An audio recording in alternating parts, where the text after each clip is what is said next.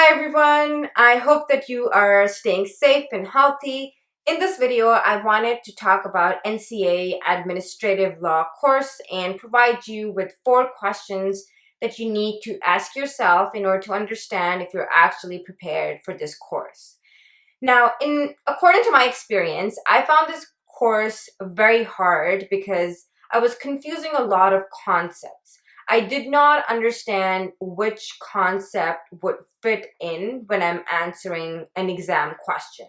So let's just say that I'm reading substantive review or procedural fairness. I wasn't able to understand when am I supposed to talk about these things on the exam. And I remember that on the exam, I got a question and I was writing an answer and I wrote 3 pages. And after that, all of a sudden I realized, oh, the examiner is not asking me for what I just spent my time writing. And then I had to cut down all the 3 pages that I wrote, and then I had to write very quickly after that. I passed my exam on my first attempt, but the reason I'm telling you this is that this course is conceptual, but if you understand all the concepts, it can be very easy because the answers mostly are going to be very similar in the sense that if you have a set answer, you can use that similar structure on your exam. But if you're not able to understand those concepts to create that structure, like an answer template, you can get confused. So, if you're interested in watching the 4 questions that you need to ask yourself in order to understand if you're prepared for this course, keep watching. The first question you want to ask yourself is, do you understand the difference between procedural fairness and substantive review? Now, sometimes you get a question on the exam where, the examiner asks you that how can a decision be challenged? And I guess, I had a similar question, and what I was confused about was, do I discuss the procedural issues or do I discuss the substantive issues? What is it that I'm supposed to be doing? So you want to make sure that you understand the difference. The procedural fairness has obviously a lot of subtopics, for instance, procedure trigger, the content of procedure fairness, and there are some specific issues in procedural fairness. So you want to know what those are. But on the other hand, you also want to understand the substantive review part, which is when the standard of review comes in, which is according to Vavilov, which is a new decision, that there's a presumption that the standard of review will always be reasonableness, unless, there are other factors which suggest that it's correctness. So substantive review and procedural fairness are obviously different concepts. Sometimes the examiner will tell you what they're looking for, like, can you explain the substance of the decision, or were there any procedural issues? But if there's nothing explained on the exam, then you sometimes have to figure it out which part is relevant. So make sure that you understand procedural fairness only deals with, was the procedure fair? And then the substantive review deals with whether the substance of the decision is reasonable. So make sure that you understand what the differences are and when to use, procedure fairness and when to talk about substantive review. The second question you want to ask yourself is that, do you have case summaries?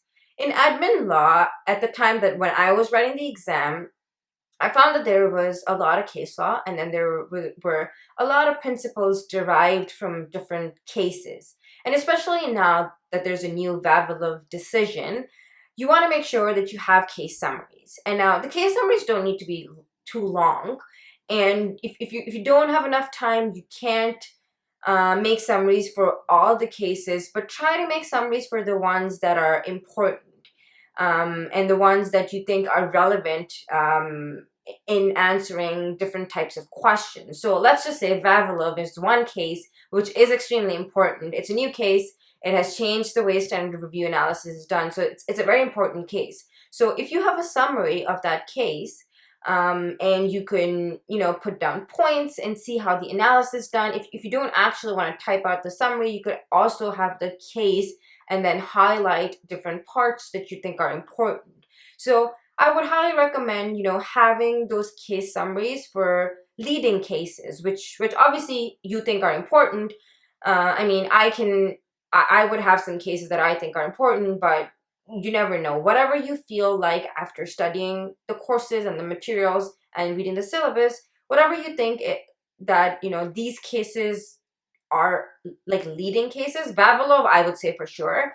But some of the other cases, just make some summaries. The summaries, again, don't need to be too long. You can have a couple of points just telling you what the principle is and then how the analysis is done. The third question you want to ask yourself is, do you have sample admin law flowcharts? So what I mean by flowcharts is a step-by-step guide which is telling you how to answer a question. So in admin law, there are different steps. And for instance, let's talk about procedural fairness. So the first step is to understand whether there is a trigger, whether procedural fairness has been triggered. And then the second step could be that, if procedural fairness has been triggered, what is the content of the duty owed? And then that analysis it's a long analysis in order to figure out what is the content of the duty. So if you have a flow chart telling you, first of all, you need to figure out whether there's a trigger. Second, you need to ascertain what is the content of the duty. Then you need to ascertain XYZ, whatever it is. But if you have a flow chart which talks about different steps, I think it would be very, very helpful. And the story that I told you about me getting confused on the exam, if I had like a flow chart guiding me in terms of, okay, these are the steps, this is what you need to do, just look at the question and follow these steps. So if you have those flow charts, I think it will help you save a lot of time, and you won't get confused on the exam. And I don't think it will take you too long to create those charts. I mean, maybe you already have those charts in your notes. I don't know, but I would highly recommend just making like a diagram or something which tells you, okay, first do this, then do this, and then keep going on. So yeah, so the question is, do I have sample flowcharts? The last question you want to ask yourself is, did you time yourself and practice enough sample questions? Now, again, coming from my story, if, in admin law, if I had practiced more questions, I mean, not that I didn't. I did practice questions, but I think I didn't time myself as such. So I would recommend timing yourself, answering as many questions as you can, actually writing them down. If you are looking for sample questions and answers, I've drafted some myself.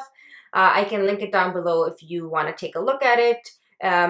It has a detailed answer with all the steps, and it covers most of the syllabus. So if someone's interested, I will link it down below. But do remember to practice questions, especially in admin law, because sometimes, because there are a lot of steps, you can get confused. Should I be talking about this, or should I be writing something else? It can get a bit tricky, but overall, I mean, the exam is probably not going to be that hard as long as your concepts are clear and you're not confused where everything fits. You're just going to be fine. I'm going to be doing the same thing for NCA Canadian Constitutional Law. So if you're interested, you can subscribe to my channel. And if you like this, give me a thumbs up. And yeah, I will see you soon, and be safe. And if you're in Canada, it's getting really cold here. So I hope that you are prepared for a nice winter.